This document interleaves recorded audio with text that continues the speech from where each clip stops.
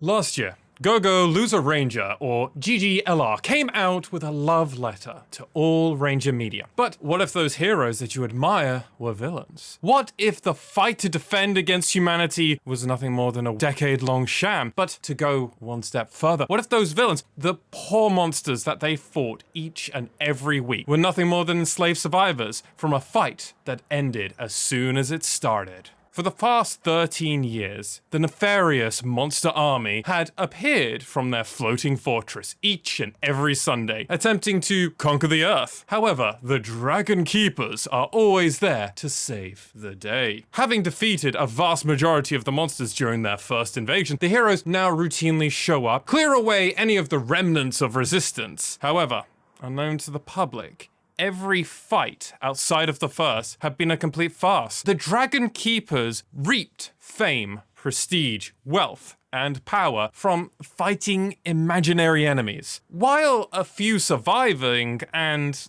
the weakest monsters, simply known as Dusters, are allowed to live in solace in their spaceship together till another Sunday comes around. D, a Duster who's tired of living this sham. Unlike the other Dusters, he just can't accept this fate. D doesn't just want to survive another day under this oppression of the Rangers, he wants revenge and justice. Does that make him a hero?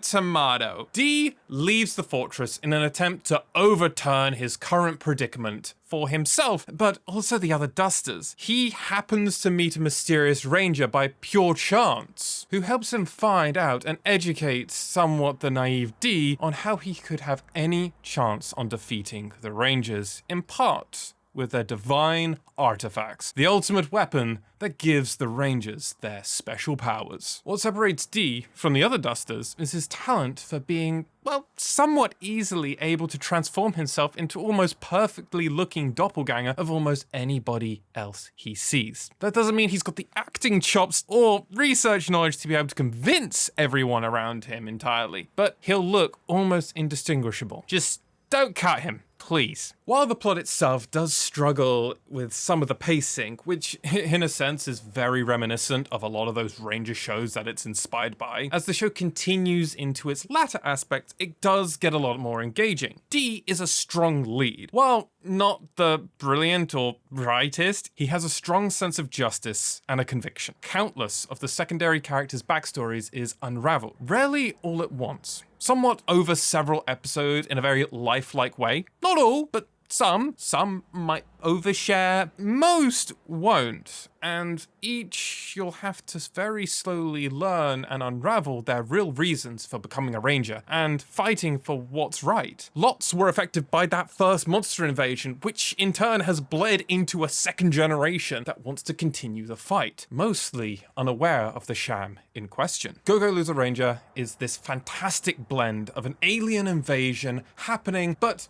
the aliens lost. Not only lost, but they are now enslaved for the greater good. It's for the better of humanity to rally around some heroes, right? To have a pillar of hope for the world, that someone out there is really looking out for them and will protect them if the aliens come and fight again, just like they do every Sunday. Which is a very, very on-the-nose reference to Sunday morning cartoons, but it's all just one big show. The Rangers are the headliners. They aren't just heroes. They're more akin to entertainers, crafting a never-ending fight that will keep the public coming back for generations. Each fight is choreographed, with each aspect completely predetermined, just like professional wrestling, where the wrestlers will never break kayfabe, as that would tell the public the truth. This analogy actually goes even deeper, with the fact that, and I could be mistaken for two of the Rangers, but Red, Blue, and Pink were not the original Rangers that defeated the monsters when they were first attacked, meaning that this is more of the Empire, built on a once real fact that has been passed down to another generation to continue this arguable make a new lie that will protect the public. But this lie also means they have a small army of loyal Rangers that will fight for a cause due to the bonds made through the training and sheer fact that due to the stiff requirements to join the Rangers, it builds a lot of additional bonds to not want to leave, thus reinforcing this factor of loyalty. The insidious nature does make you think that to some capacity, while D is pretty stupid in some aspects and is absolutely an anti-hero, in some capacity I really cheer for him to take that revenge, to overcome the Rangers and this sheerly massive organization which abuses all of these that aren't at the highest ranks. If you've not seen the show and want to avoid spoilers, skip to this timestamp on screen. Okay, holding on. And with the Rangers truly being hurt from the inside out with countless casualties and damage to their headquarters due to the once thought dead boss monster of Peltro before being defeated once again, this leads to D and the Blue Keeper fighting one-on-one. However, while D wanted the final blow to take the fight by himself, Peltro, as has already proven, is incredibly difficult to destroy and lands that final fatal blow to the Blue Keeper. Moments later, D also loses what he thought would be an ally in X's, due to the horrid brainwashing that the boss monsters created fighters like D and X's to serve them and not to think for themselves, to not aspire to anything greater. All this leading to Red and the other Rangers knowing that they don't already have a mole within their organization, but that others within the organization are starting to see the mask slip from them, that they aren't who they say they are. While D does in some sense succeed with taking down the Blue Ranger, it never really gives him that satisfaction. Nor does the concept that he's now got comrades that he fought alongside, the idea of betrayal, doesn't also sit really right with him. This all ends really and hinges on the factor that you will come back for a second season, which, hey, that's a personal pet peeve of mine. Season 2's coming out soon.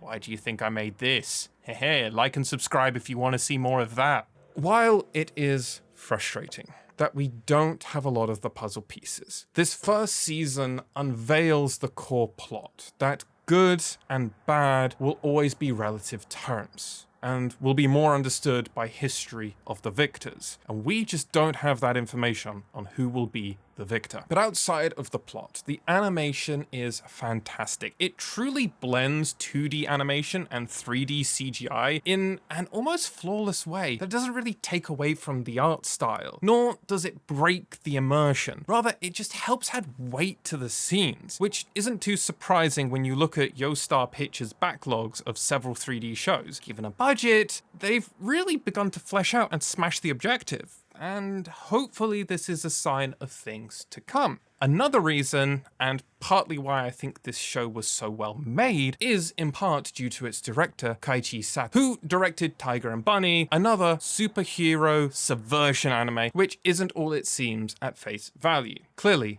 there is a passion and love for the genre of heroes, and more so Super Sentai / Ranger genre, which he has really brought to the table and keeps evolving the genre. Overall, Go-Go Loser Ranger is a really fun show. Its second season comes out in April, which might be able to shore up some of those plot points that it so desperately needs to be continued and haven't really been touched on for at least over half the season, if not longer really. I enjoyed my time with it, but it's not a must-watch. More if you're not a huge superhero / anti-hero plot, but if you do like alternative takes on this genre, I do implore you to give it a shot. It doesn't have a great alternative that I can think of, and hilariously, the best thing I would suggest in this sort of aspect would be Tiger and Bunny, which I do think it's worth checking out, as I would argue is a slightly better show. Go-Go Loser Ranger isn't just a fun twist on the Ranger genre though. Rather, it's a critique of hero culture, deception, and blind loyalty to a fault. It's really not perfect, and the pacing can cause problems and be a real struggle for some people. Overall, I rate it a 7 out of 10, which for me is, hey, I might one day watch this show again, but I've got a whole long list of isekai that you lot all recommended me to watch before I come back to anything like this. But what did you think of this show? Are you watching it with bated breath for its second season? Did you just enjoy the anti-hero attempt to take down the heroes from the inside? Or did you find the pacing a little bit too slow and dropped it early on? Let me know in the comment section down below. But with that all said, thank you so much for watching, and I'll see you all very, very soon.